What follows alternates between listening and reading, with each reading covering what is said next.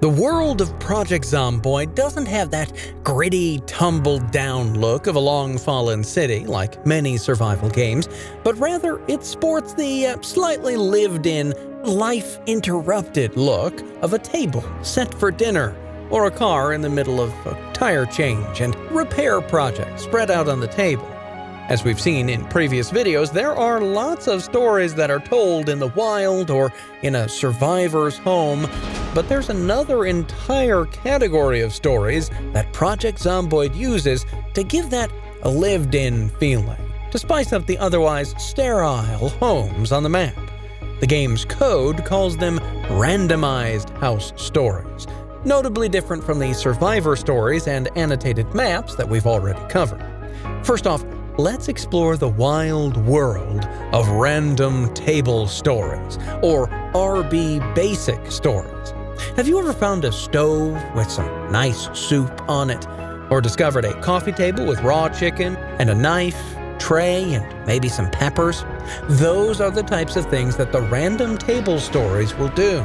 You can even have multiple of them in the same building.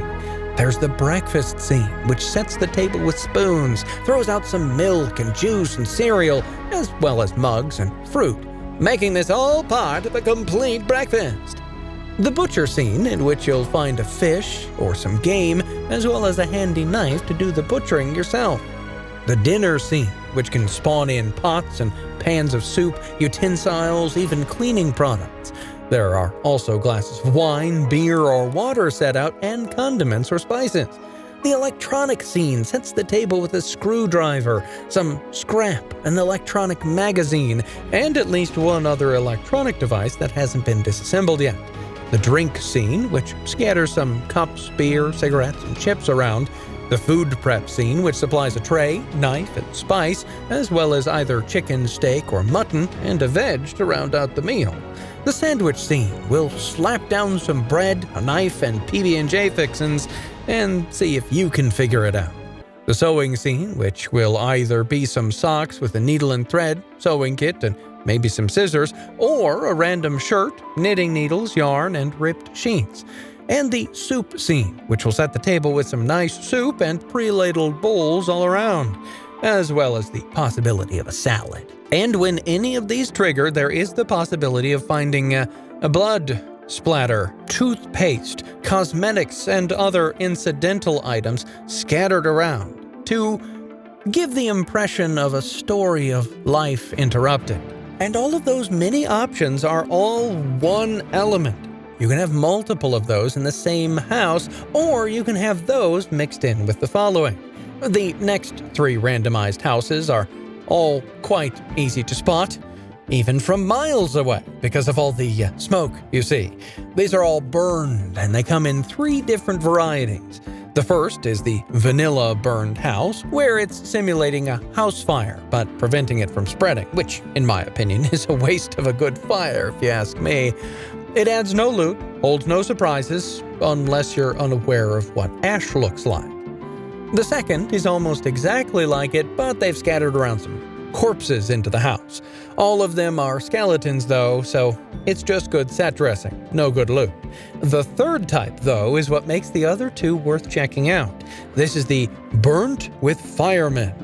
It spawns in a number of firemen and their associated fire gear, hats, axes, and bite-resistant clothes. And it also spawns in a fire truck outside the house. The truck might well not be in great condition, but one of the firefighters should have its key, so go check them all. But the trunk is bound to have axes and other prime loot. The next group of randomized homes don't actually work in normal homes. They are very particular, persnickety if you will, and will only work in certain buildings. So if you happen to find some scattered backpacks, paper, and pens in a school building, or happen to want some stale fries and burgers, and forks and ketchup, you can visit a spiffo. Feel like it should be pizza night in the apocalypse?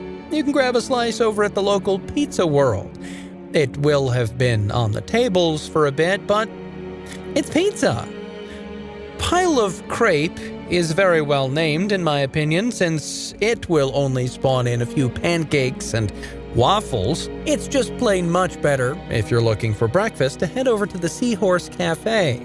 I assume other cafes too, but it literally has Seahorse in the name, where you'll find coffee mugs, kettles, and even a few dodgy pastries. For lunch, you can swing by the bar and find some unique table scatter, pool cues, darts, chips, booze, cigs, and lighters. If you happen to stumble into the office after that, you'll likely, but not always, these are randomized, so nothing is also an option, you'll likely find some scattered papers, staples, cups, and office accessories. A hair salon might spawn in a bunch of extra dye all ready to apply, and might even grant you a pair of scissors, but that one's rare. I wasn't able to get the clinic to activate in this small clinic building, so I had to go actually look into the Java code to find what, in the right place, it will spawn. It spawns in extra bandages, gloves, tweezers, pills, and masks, and doctor's clothes. And all of these table scatter randomized houses will have them all very easy to find. You'll be able to look in the windows and see, is there going to be extra loot? But these next 4 randomized houses will mess with the house's loot pool quite drastically, one way or the other. The first one is titled Looted, and it will take a normal home or shed and will strip it down, leaving only the barest essentials left for you to find. It won't look, upon close inspection, like another person has been through, since there will still be some good stuff, but it will have removed the vast majority of the loot from the residents at random. The other version of Looted, Loot Shop, doesn't mess with the loot pool, but rather spawns in a bunch of dead bodies, some thugs with melee weapons, and a few guards who are likely to have keys and guns. Not a nice early find in your run, but quite good once you've got some weapons. The Safe House random house will look very similar if you watch my annotated maps videos for Louisville, Rosewood, Riverside, etc. I'm working on Muldraw and West Point right now to round out all of the annotated maps, so subscribe to be notified for when that drops. This event slaps some barricades on the windows and doors and stocks the kitchen and bathrooms with goodies. Extra food and weapons, or just food, or just building supplies. It apparently takes one of the Safe House loot pools randomly and just runs with it. But yeah, it only runs to the bathroom and the kitchen.